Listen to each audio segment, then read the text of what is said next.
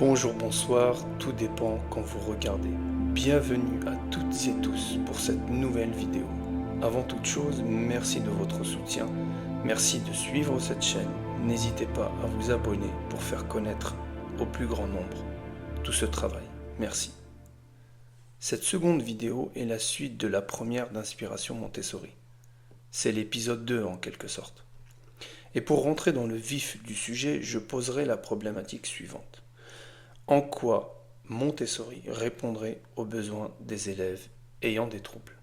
Je répondrai à cette problématique en 3 points, dont le premier et le plus important, selon moi, étant la philosophie de Maria Montessori. Alors nous l'avons déjà évoqué, mais je vais insister sur ce point car il semble fondamental. Montessori était une femme, un être humain, un médecin. Avant même de concevoir du matériel, elle a centré tous ses travaux sur les enfants. L'autre point important chez Montessori, et que l'on oublie très souvent, c'est qu'elle était une personne spirituelle. Il suffit de lire ses œuvres pour le comprendre. Je ne parle pas ici de religion ou croyance. Croyante, oui, elle l'était. Mais ce qui est frappant reste sa spiritualité. Elle dira d'ailleurs, éduquer l'enfant, c'est élever son âme. Elle accordait beaucoup de place à la nature, à l'histoire humaine, aux sciences. C'est très important de comprendre la philosophie de Montessori. Encore une fois, aujourd'hui, nous vivons dans un monde où beaucoup vous parlent de Montessori, comme s'ils connaissaient la personne. Combien d'écoles élitistes utilisent sa pédagogie en ne s'intéressant qu'aux outils et en se vantant d'être montessorien, montessorienne, mon enfant est ceci, mon enfant est cela. Avant d'être professeur de l'éducation nationale, j'ai travaillé dans ce monde-là d'écoles privées élitistes, donc j'en sais quelque chose. Mon but là n'est pas de critiquer, mais de montrer à quel point cette pédagogie a été simplifiée, voire détournée. De toute manière, de son temps, déjà on disait qu'elle était sectaire d'une certaine mouvance. Bref, elle était critiquée.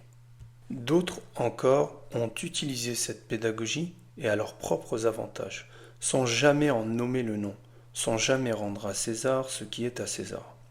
Par exemple, qu'ont fait les éducations nationales des différents pays européens? Elles ont repris à leur propre compte les progressions de Maria Montessori, l'école coopérative de Célestin Freinet, les pédagogies des mouvements actifs, quels qu'ils soient, mais uniquement dans leur programme et non dans la pratique, et non sur le terrain. Car sur le terrain de l'école, c'est un autre monde qui se déroule, et je ne reviendrai pas là-dessus. Je vous invite à regarder la première vidéo d'Inspiration Montessori pour mieux comprendre ce chapitre. Pour conclure cette première partie, retenez une chose. La philosophie Montessori, ou même des pédagogies actives en général, est bien plus importante que tout matériel pédagogique que vous utiliserez avec vos enfants, vos élèves, à l'école, à la maison ou bien ailleurs. La preuve, c'est qu'il suffit de faire du jardinage pour que l'enfant comprenne comment avoir des fruits. C'est donc la preuve que le matériel pédagogique fabriqué, construit ou acheté ne vient qu'en second lieu, non en premier. Intéressons-nous maintenant à ce lien étroit entre Montessori et le fait d'être un enseignant spécialisé. Souvenez-vous, pour ceux qui ont vu ma précédente vidéo, c'est ce que je disais. Oui, Montessori a bel et bien commencé avec des élèves en difficulté, porteurs de troubles, mais ça on ne le médiatise pas. Bref, ses résultats étaient incroyablement convaincants, tant les inspecteurs et académiciens d'époque n'en revenaient pas, que des élèves souvent laissés à l'abandon ou bien porteurs de troubles, etc., aient des résultats aussi élevés en travaillant et en apprenant autrement que par les cours magistraux. Maria Montessori avait l'amour du travail, une passion pour l'enfant, et la nature faisait presque tout le reste. Pourquoi aujourd'hui tous les dispositifs comme celui dont j'ai été coordinateur, dispositif Ulysse, ce qu'on appelle unité localisée pour l'inclusion scolaire, pourquoi donc ces dispositifs ne sont-ils pas équipés de tout le matériel Montessori par exemple? Oh, mais je connais déjà la réponse. Trop cher le matériel Montessori. Ou bien notre système éducatif est-il aussi trop fier au point d'avouer qu'une femme médecin italienne avait raison il y a plus d'un siècle déjà? Un peu des deux, vous me direz, trop cher et puis trop fier. J'en arrive maintenant à la troisième partie de ma vidéo, l'expérience que j'ai vécue en 2023 lorsque j'étais coordinateur Ulysse. Lors de cette rentrée 2023, je décidai donc d'équiper la salle de tout le matériel Montessori et d'agencer cela par pôle, par ambiance.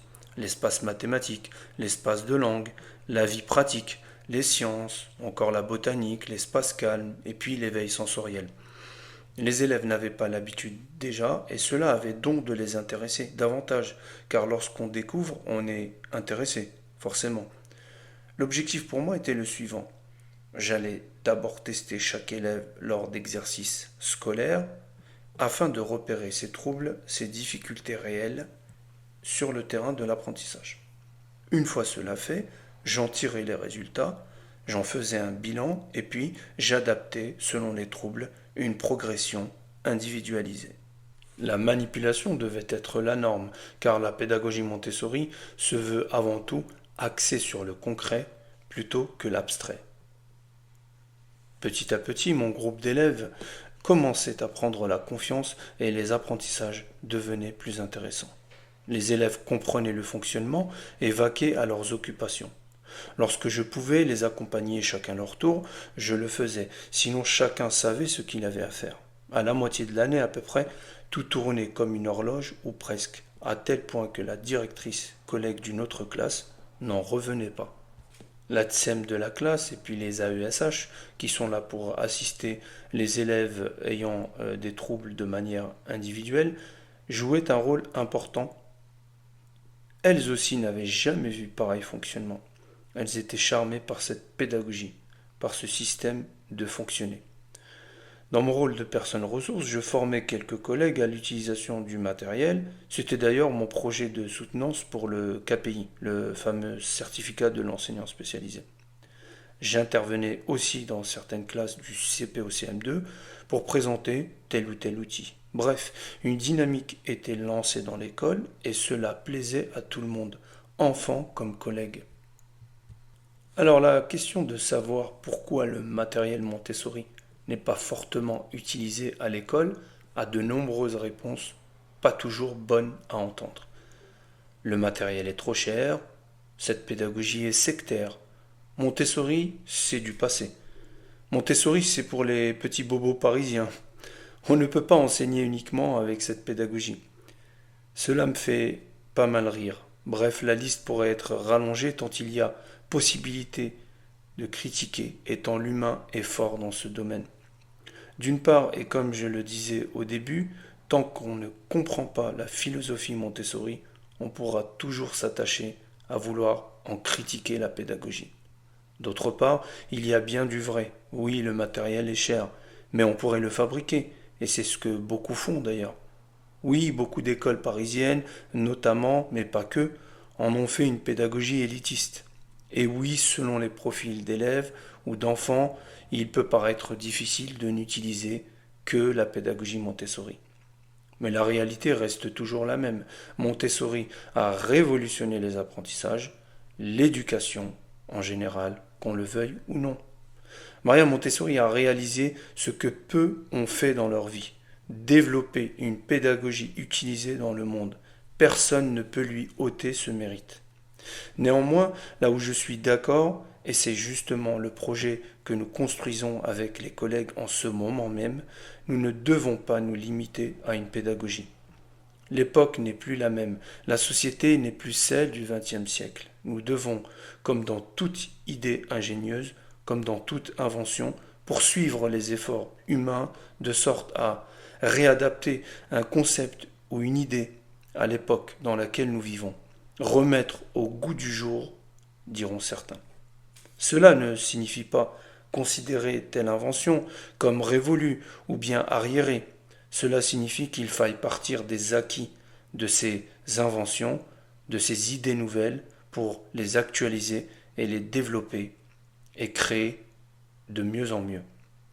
Pour conclure, notre groupe d'enseignants spécialisés vise justement à participer, à ramener leur part de progrès, notamment dans l'éducation et les apprentissages. Dans les prochaines vidéos, nous aborderons désormais ce projet inspiré des pédagogies actives, dont celle de Maria Montessori. En attendant, merci à vous pour votre écoute. Merci pour votre soutien.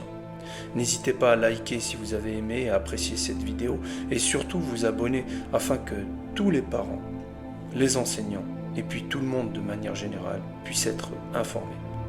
Prenez soin de vous. À très bientôt.